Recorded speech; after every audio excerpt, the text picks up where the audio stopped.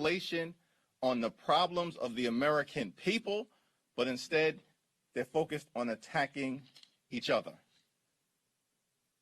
and trying to prove loyalty to the cult. Shame on them. It's a disgrace over there. But Democrats are going to continue to deliver for the people. Let me yield to our distinguished Vice Chair, Pete Aguilar. Chairman's on a roll, and I don't want to interrupt the word salad of Republican conference Scrabble that we play. As we mentioned last time, the last time we were here, we talked about Democrats delivering the Build Back Better agenda. We did that. We passed our bills.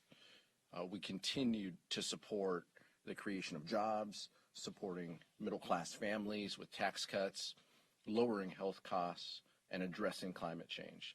That's what we're going to continue to be focused on, is legislating and delivering for the American public.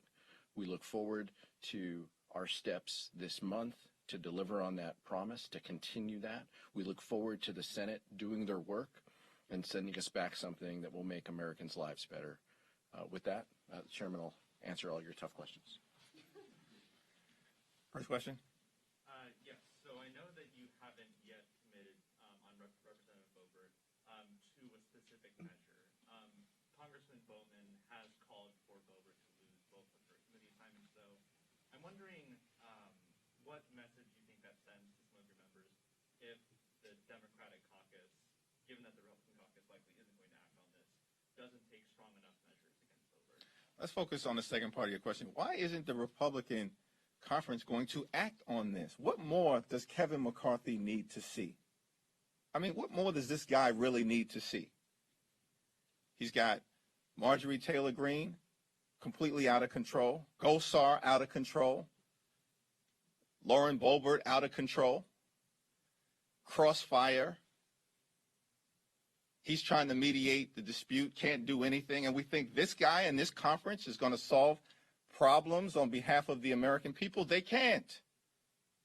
So, as Pete indicated, we're going to continue to focus on dealing with the challenges facing the American people. We're going to focus on crushing the virus, focus on creating an economy that works for everyday Americans, and making sure that we allow for opportunity in every single zip code by building back better. Now, as it relates to consequences for Lauren Boebert, certainly I think there are active discussions underway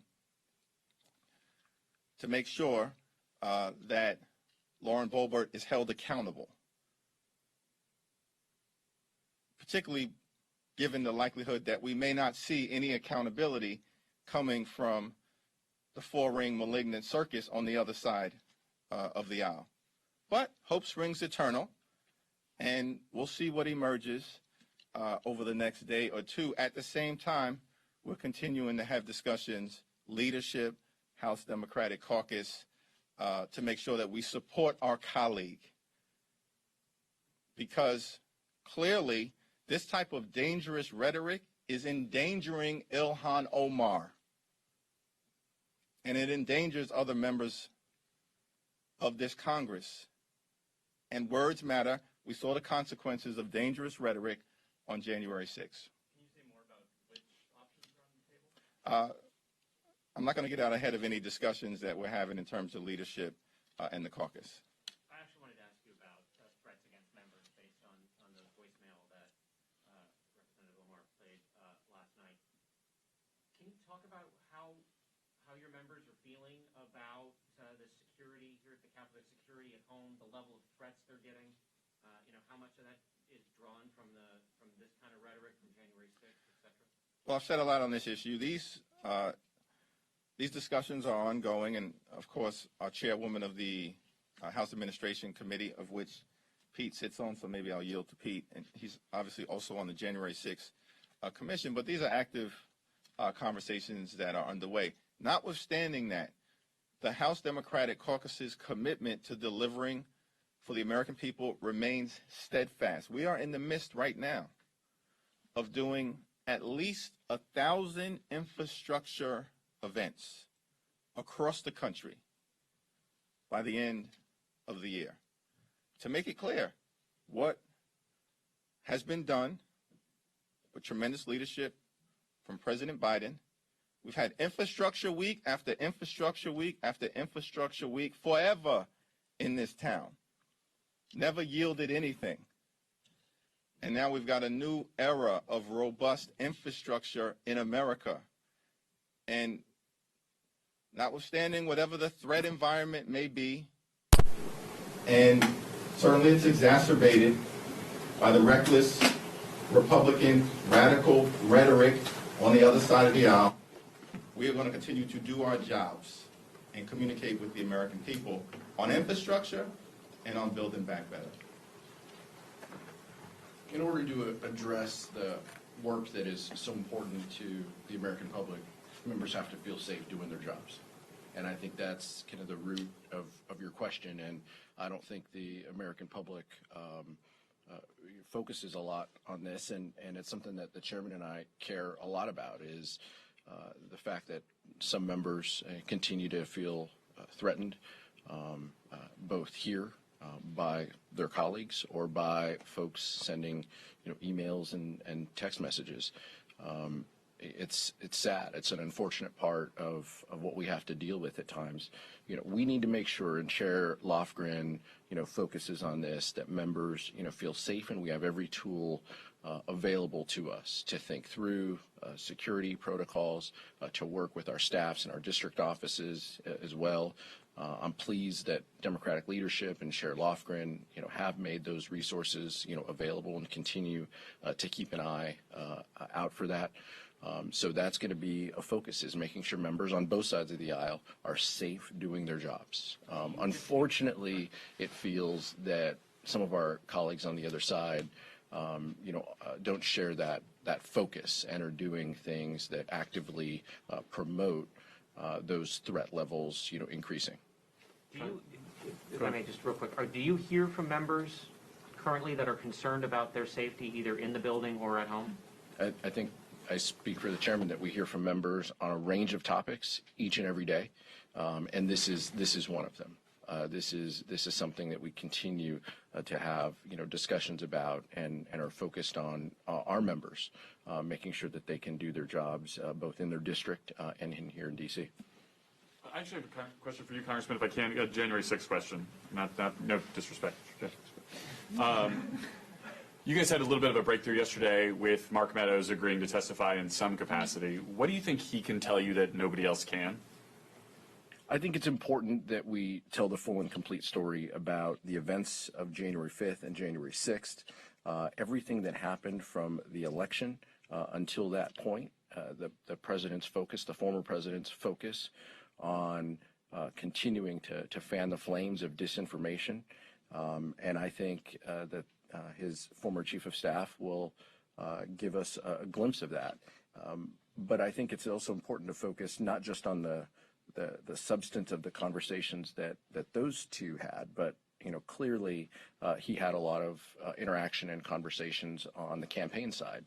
And so I think we're going to have a lot of discussions on his efforts, both working outside of the building as well as the official capacity that he held. So I think that there's a lot of questioning there that can be done, and we look forward to his cooperation, and we'll assess what the next steps are after his discussion and deposition with us. And on Jeffrey Clark, you guys are going to vote tonight to start the contempt process with him. He's not a household name.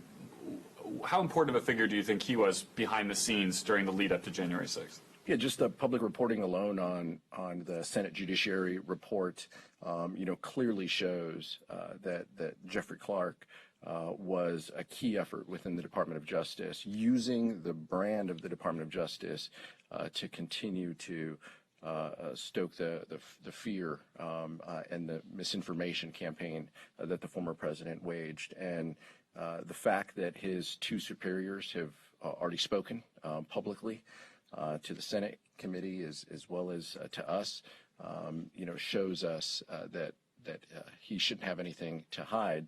But unfortunately, that's what he's afraid of. So we'll exercise the next steps, and we'll bring it to the full House floor after the Business Committee of this evening. What's going on with the CR, and do Democrats have a date for how long they would like any short-term measure to last? I'll let both, Steny Hoyer and the Speaker, as well as Chairwoman DeLauro, speak specifically to that issue, and then yield to Pete, who's on the appropriations. This brother's on a lot of important committees here. Yield to Pete on it. But I think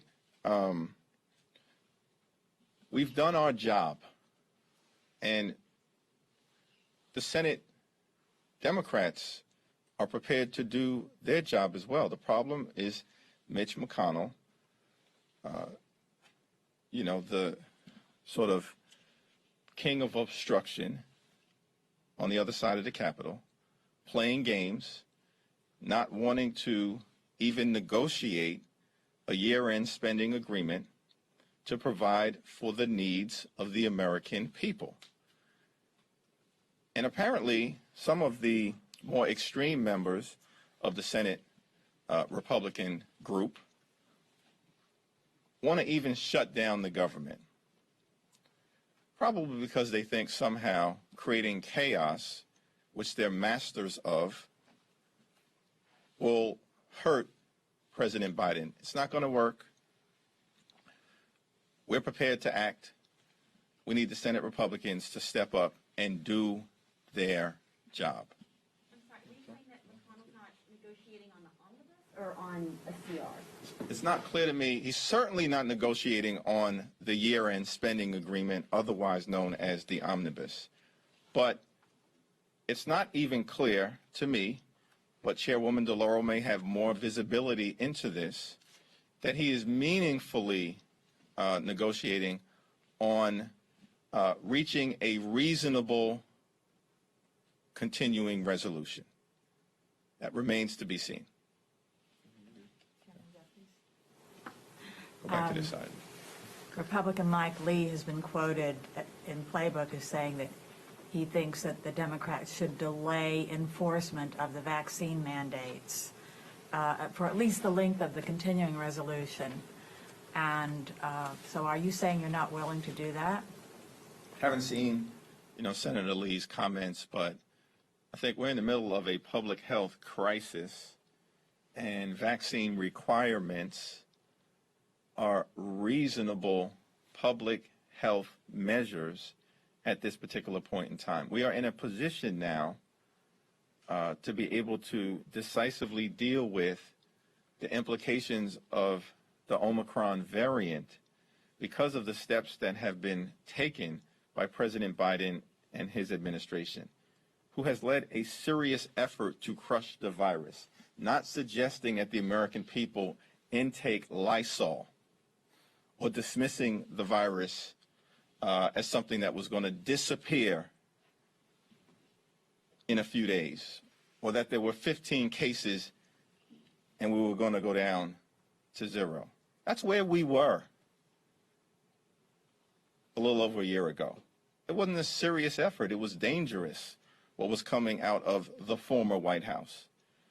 So I haven't seen Senator Lee's comments, but I've got full and complete confidence in what President Biden and the administration and Dr. Fauci have been doing and will continue to do to help the American people make it through the COVID-19 storm. Let me just add to that, because unfortunately, Senator Lee isn't the only one here. There are folks on our side of the Capitol who have said similar things. And the fact that they want to walk right up to a government shutdown over a public health issue, it should frighten the American public. That's exactly what they are advocating here. And in the Senate, I don't speak Senate, but apparently they need, everybody to sign off on these things. And so whether it's 1 or whether it's 15, Republicans, unfortunately, that's going to impact government, that could impact government services come Friday evening. This is everything from military members' pay to projects underway to national parks. I mean, this isn't anything that anyone should root for. And the fact that this has become such a mainstay for the Republican Party is just frightening. We'll come back over to this side in a minute. Yeah. Thank you. A philosophical question. Why not? I'm Representative Bobart. Understanding the real danger of inflammatory rhetoric, personal attacks, understanding all of that. At the same time, she was elected by her district. That's something in this body, you all have to keep the provisions of your offices, what you do with that vote. It's a powerful, important, sacred thing. How do you weigh that here? We've seen there were different, Gosar was specific, Marjorie Taylor Greene specific is another specific case. They're all different on perhaps a spectrum. How do you weigh taking action, taking away the power of the voters in her district versus what is the standard for when you do that? Well, we needed to act as it related to the situation with Paul Gosar, and we needed to act as it related to the situation with Marjorie Taylor Greene, and we're going to need to make sure that Lauren Boebert is held accountable for her hatred, for her bigotry, for her Islamophobia, and for jeopardizing the health and safety and well-being of a fellow member of Congress. Those discussions are ongoing on the House side in terms of the Democratic Caucus, and I don't want to get out ahead of it because it would be inappropriate to do so. That, though? I mean, how do you weigh these things? Every member. Well, I was a political science major, not a philosophy major, so I don't want to go down that road. Can I ask you, Biden's poll numbers, they continue to be in the low 40s. He's especially not polling well with younger Democratic voters. Given the uphill climb that you guys already face trying to hold on to the House next year, how much of that will be a drag on you if it stays where it is or gets worse? I think this is a Pete Aguilar question. But I want Pete to address it because he's worked very. Because she said younger Democrat. There's like a comedy act going on today. But just yesterday in Georgia, off year, right? Not even a midterm, off year, off election day, because it was a runoff. Democrats flipped 7 municipal seats across the state in the heart of Dixie. And guess what? That brings the total number of municipal seats flipped in Georgia this cycle to 48. So the notion that all is lost when we've got fresh evidence at this moment in Georgia that Democrats are not simply breaking even, but winning seats, yeah, it's a divided country.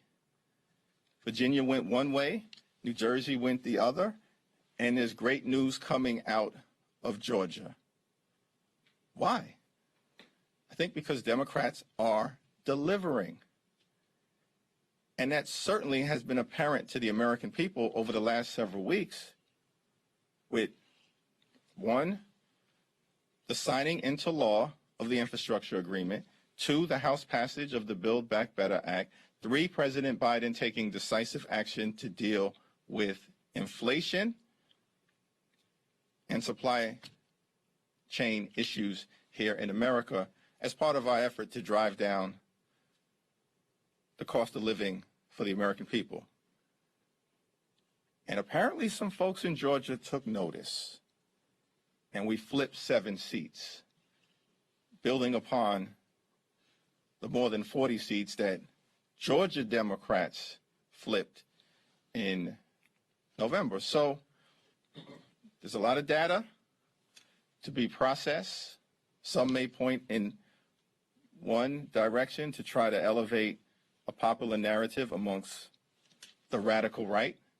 There's a lot of other information that says that the American people are starting to pay attention to the delivery that is being executed upon by the American people, led by Democrats in the Congress, led by Joe Biden.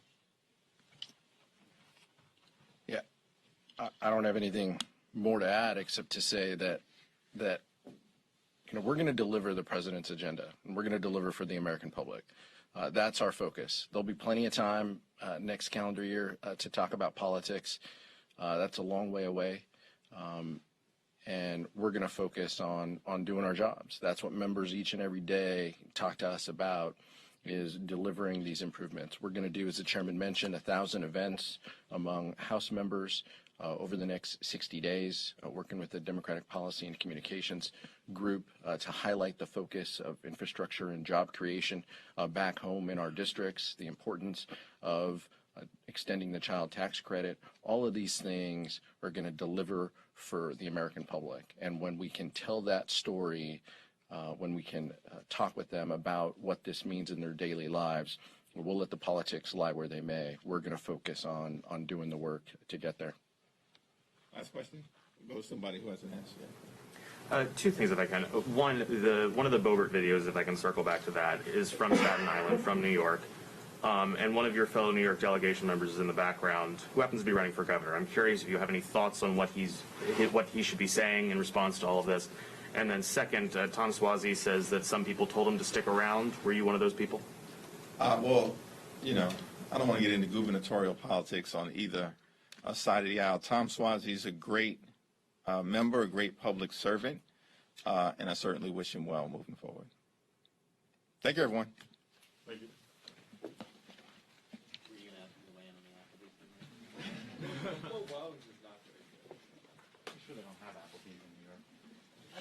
You know what, there is. There's one in like 50. There totally is. Oh.